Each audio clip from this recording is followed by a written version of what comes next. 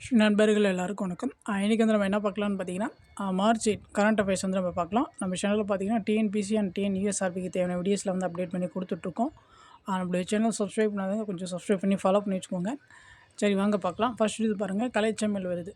கலைச்செம்மல் விருது பார்த்திங்கன்னா ஓவியம் மற்றும் சிற்பக்கலையில் சிறந்து விளங்கும் நபர்களுக்கு வந்து கொடுப்பாங்க. அதில் பார்த்திங்கன்னா தமிழ்நாட்டில் வந்து 6 பேருக்கு வந்து கொடுத்துருக்காங்க.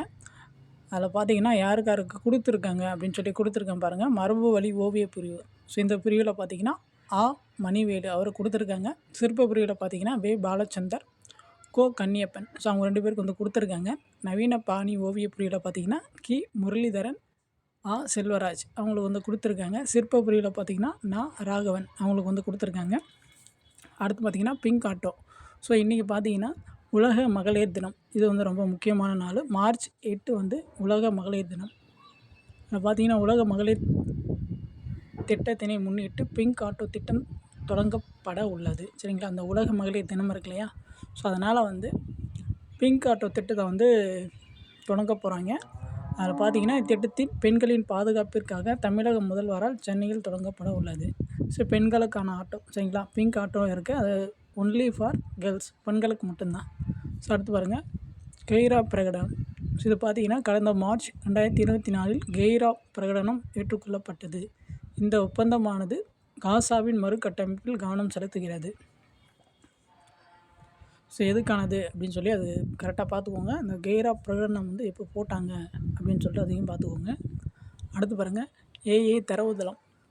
ஏஎல் வளர்ச்சிக்கு உதவுவதற்காக 316 தரவுதள தொகுப்புகளை கொண்ட ஏஎல் கோஷா என்னும் தளத்தை மத்திய அரசு அறிமுகப்படுத்தியுள்ளது. ஏஐ கோஷா என்னும் ஏஐ தரவுதளத்தை பார்த்திங்கன்னா மத்திய அரசு வந்து அறிமுகம் வந்து செஞ்சு வச்சுருக்காங்க.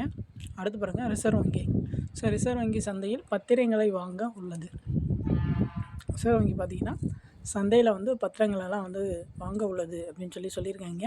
இதன் மூலம் வட்டி வீதங்களை குறைத்து சந்தையில் பணப்புழக்கத்தை சேர்க்கிறது அப்படின்னு சொல்லியிருக்காங்க. அடுத்து பாருங்கள், பொருளாதார கணக்கெடுப்பு. 8வது பொருளாதார கணக்கெடுப்பானது மத்திய அரசால் 2025 ஏப்ரல் முதல் டிசம்பர் வரை மேற்கொள்ளப்பட உள்ளது. அடுத்து பாருங்கள், கச்சா எண்ணெய் இறக்குமதி. ரஷ்யாவிடமிருந்து கச்சா எண்ணெய் இறக்குமதி அந்த வரிசையில் பார்த்திங்கன்னா இந்தியா வந்து 3rd பிளேஸில் இருக்குது. ரஷ்யாவிடமிருந்து கச்சா எண்ணெய் இறக்குமதியில் வந்து இந்தியா வந்து 3வது இடத்துல இருக்குது. அடுத்து பாருங்கள், பயங்கரவாத தரவரிசை. உலக பயங்கரவாத தரவரிசை பட்டியலில் பாகிஸ்தான் 2வது இடம் பிடித்துள்ளது. அவ்வளோதான் இன்றைக்கான கரண்ட் அஃபேர்ஸ் வந்து அவ்வளோதான். உங்களுக்கு வேறு ஏதாச்சும் டவுட் இருந்துச்சுன்னா நீங்கள் வந்து கமெண்ட் பண்ணுங்கள், நம்ம வந்து ரெஸ்பான்ஸ் பண்ணுவோம்.